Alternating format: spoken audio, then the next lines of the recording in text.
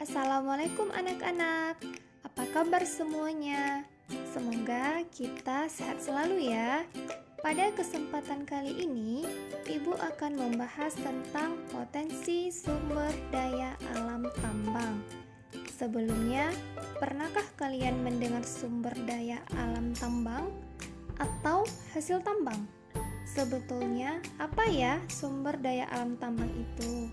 Baiklah, untuk lebih jelasnya, tonton terus ya di video ini. Sumber daya alam tambang adalah sumber daya alam yang berasal dari dalam perut bumi, yang sifatnya tidak dapat diperbaharui. Kalaupun bisa diperbaharui, akan memakan waktu yang sangat lama.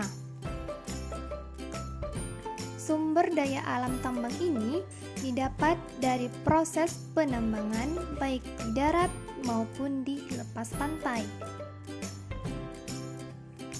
Nah, sekarang coba kamu perhatikan gambar berikut ini. Indonesia merupakan salah satu negara di dunia yang kaya akan bahan tambang. Wah, banyak ya hasil tambang di negara kita. Kita wajib bersyukur nih.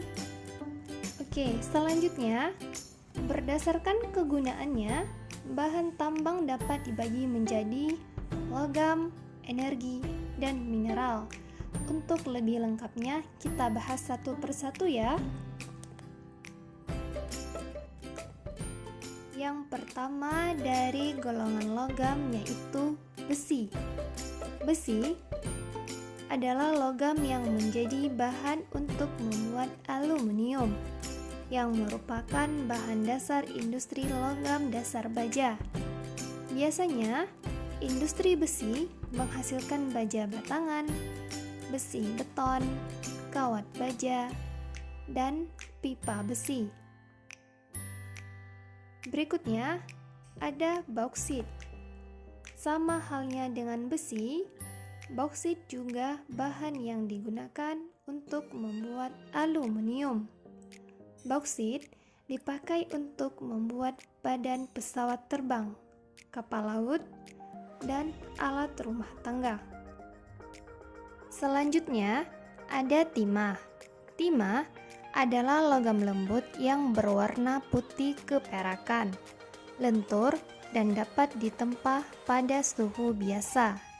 Biasanya, timah dipakai sebagai bahan perkakas dapur, bahan solder, membuat kaleng, dan sebagainya. Selanjutnya, ada nikel. Nikel adalah logam yang berwarna putih seperti perak, yang lentur, ulet, dan tidak berkarat. Selanjutnya, ada tembaga. Tembaga adalah logam yang berwarna kemerah-merahan. Tembaga dibuat menjadi kawat dan periuk. Kalau tembaga dicampur dengan timah, maka akan menjadi perunggu.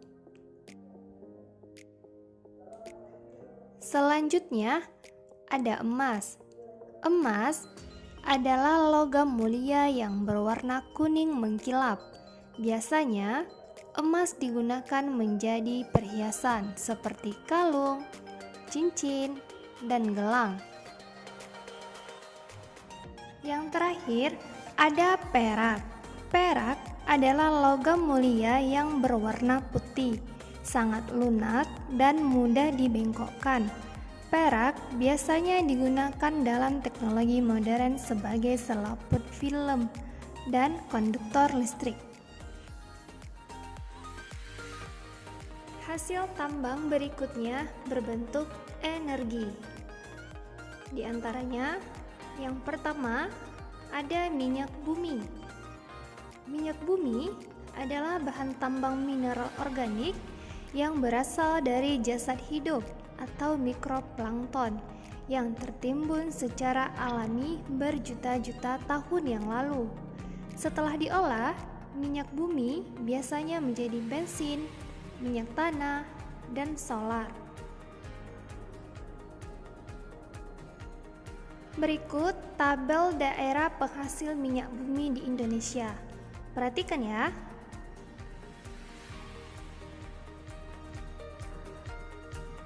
Selanjutnya, ada gas alam. Gas alam adalah sumber tenaga yang berasal dari daerah-daerah penghasil minyak bumi dan uap gas bakar yang berasal dari minyak bumi. Gas alam biasanya dimanfaatkan untuk kepentingan industri, kesehatan, rumah tangga, dan lain-lain. Berikutnya, batu bara. Batu bara adalah bahan bakar berwujud zat padat yang terbentuk dari tumbuh-tumbuhan prasejarah. Batu bara biasanya digunakan dalam industri dan sebagai pembangkit listrik.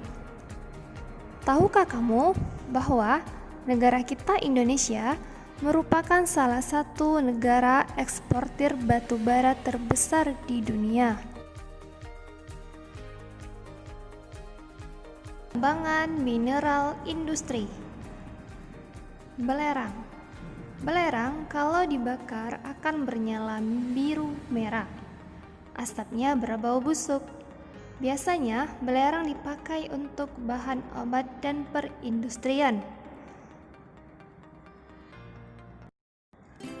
Yang kedua, ada granit. Granit adalah batuan keras yang keputih-putihan. Granit biasanya digunakan sebagai bahan pensil dan baterai. Kemudian yang ketiga, ada pasir kuarsa. Biasanya pasir kuarsa ini digunakan untuk membuat kaca, gelas, dan piring. Yang keempat, ada kaolin. Kaolin adalah tanah liat lunak, halus, dan putih. Kaolin berasal dari pelapukan granit. Biasanya digunakan untuk membuat porselin. Yang terakhir ada batu kapur. Batu kapur adalah bahan serbuk yang berwarna putih. Didapat dari batuan putih yang dibakar. Kegunaan utamanya yaitu untuk membuat semen, batu bata, dan bahan bangunan lainnya. Terima kasih sudah menonton video ini. Sampai ketemu di video berikutnya ya. Wassalamualaikum warahmatullahi wabarakatuh.